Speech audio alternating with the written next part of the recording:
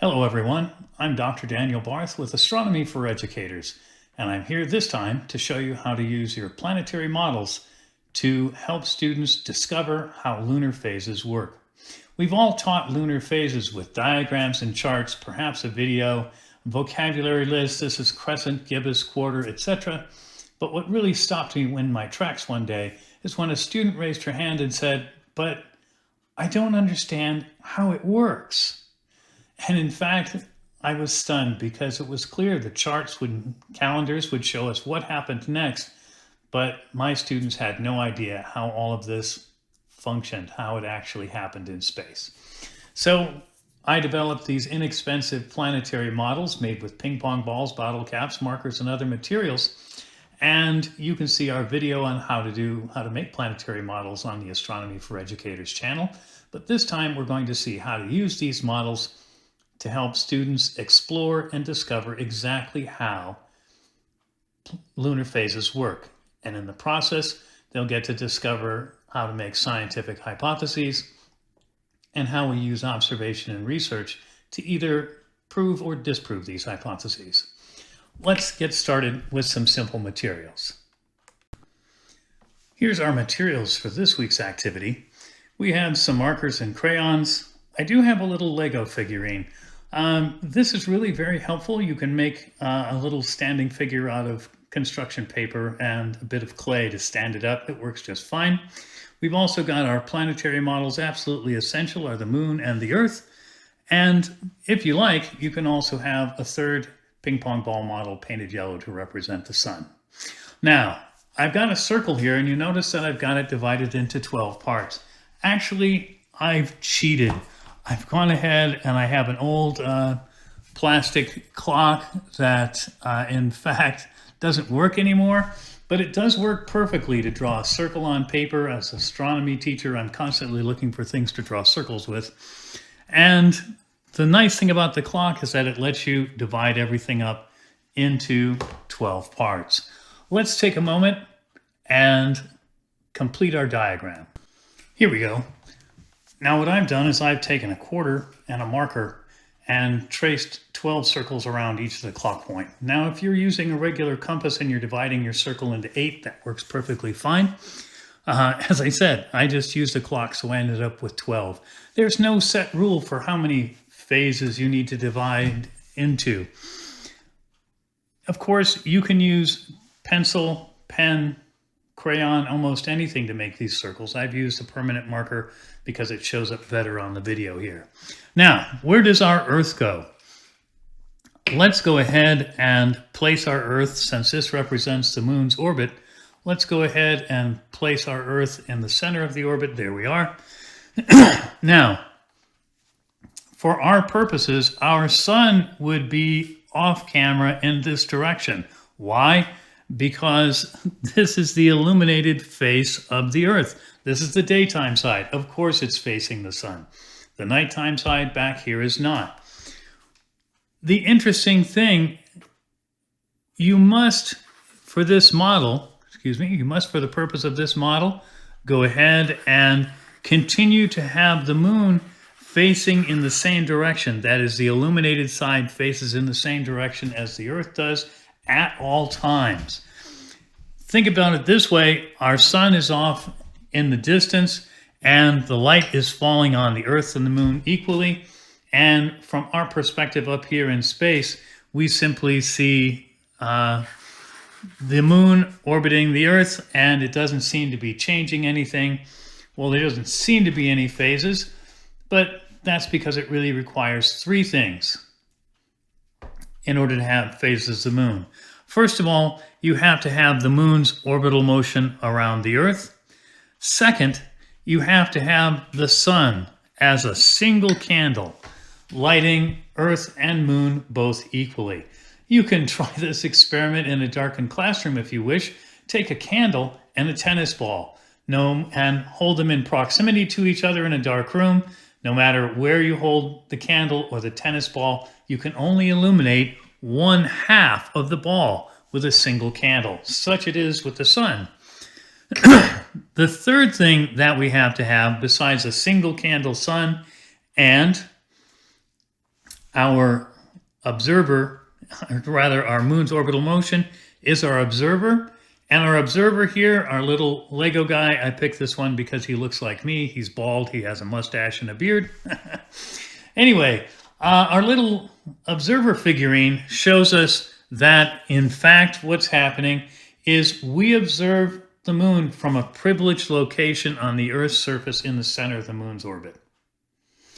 So we're going to use this to help us understand.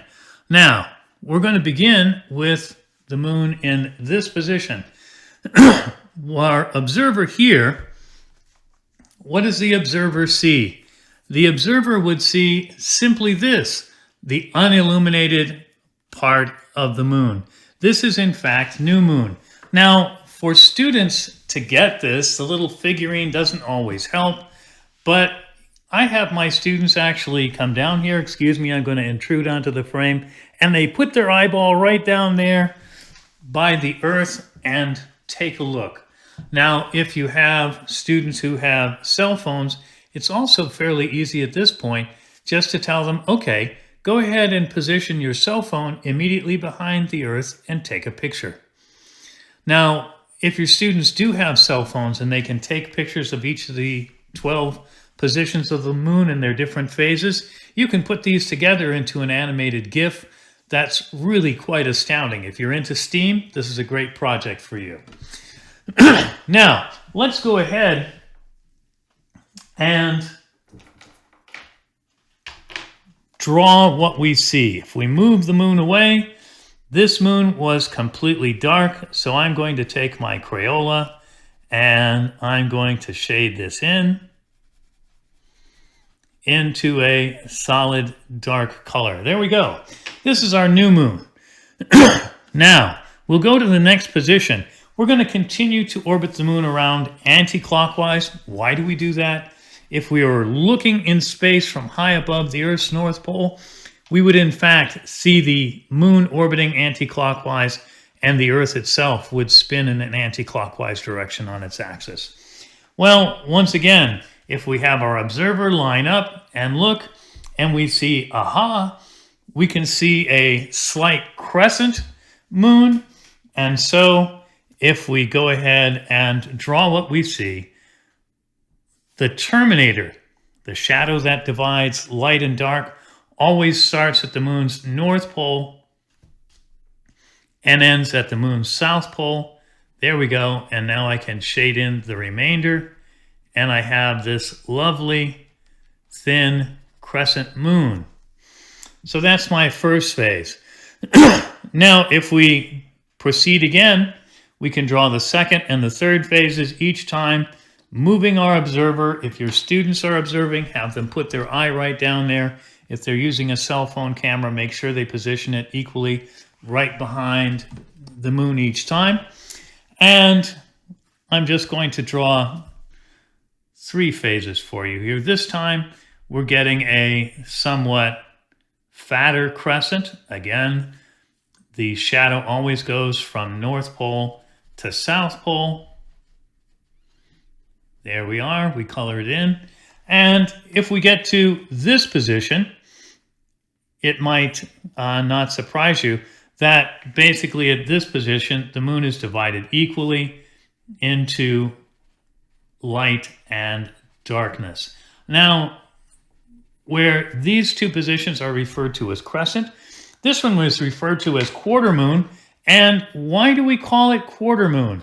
Well, it's fairly easy to see that the moon has now proceeded 1/4 of the way around its orbit. If we rotate this for you and give you a better idea of what the student is seeing, there you are. The moon is now equally divided into light and dark, and we've recreated what we see right there on the paper. Now, if you continue going all the way around, you're going to end up with a lovely diagram, something like this one.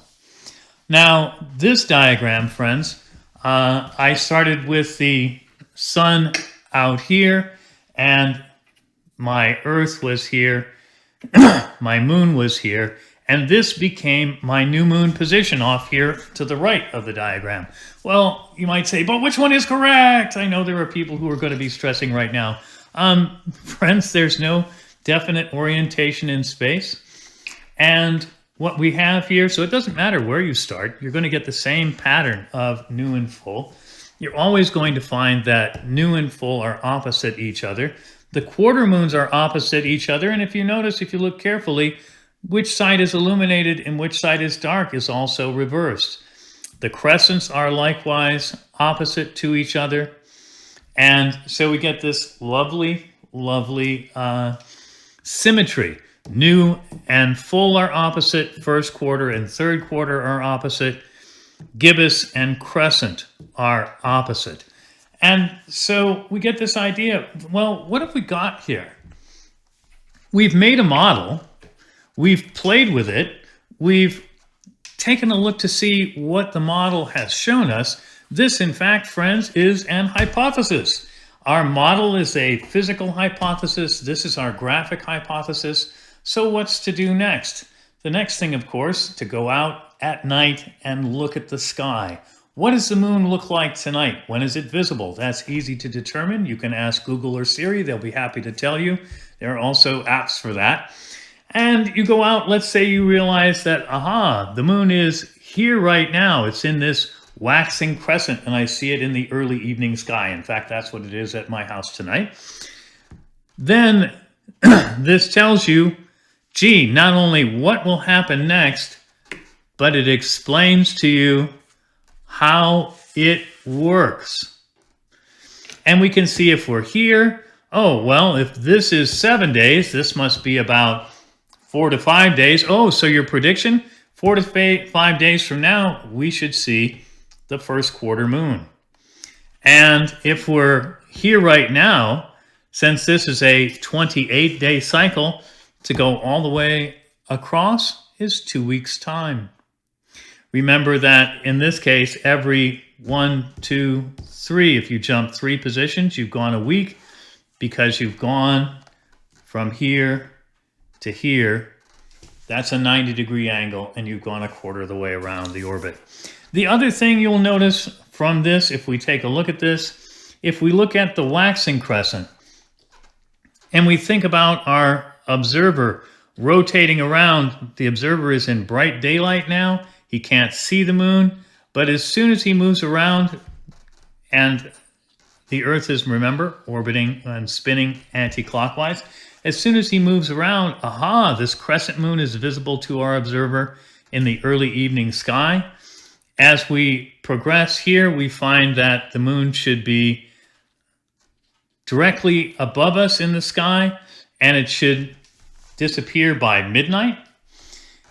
We realize midnight, noon, 6 a.m., 6 p.m. And so if we look at, oh, what happens with this? Well, if I'm coming around, oh, I only see this moon in the morning sky. So by taking a look a little deeper in this, we can realize that, oh, these waxing phases here are always visible in the evening at sunset, and these waning phases are always visible early in the morning before dawn.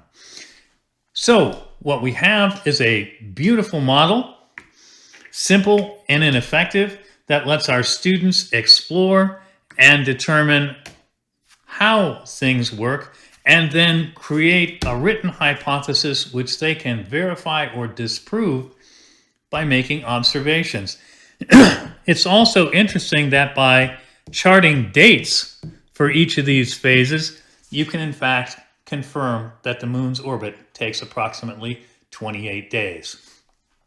Lots to learn, lots to explore, very engaging for hands and minds, but more importantly, inexpensive and easy to do. This has been Astronomy for Educators, and I hope that if you have questions, you will write to me at astronomyforeducators@gmail.com. If you've enjoyed this program, remember that the Astronomy for Educators resource text is available for free at scholarworks.uark.edu/OER/2. Just put Astronomy for Educators into any search engine and the ScholarWorks site will come up for you. And I would also like to invite you to join me on the How Do You Know program, Mondays at 4 p.m. explorescientific.com/howdoyouknow. We also have an Astronomy for Educators Facebook page where I put links to all my videos. I hope you'll subscribe and like this video on the Astronomy for Educators page, and we'll look forward to seeing you again next time. Thank you very much.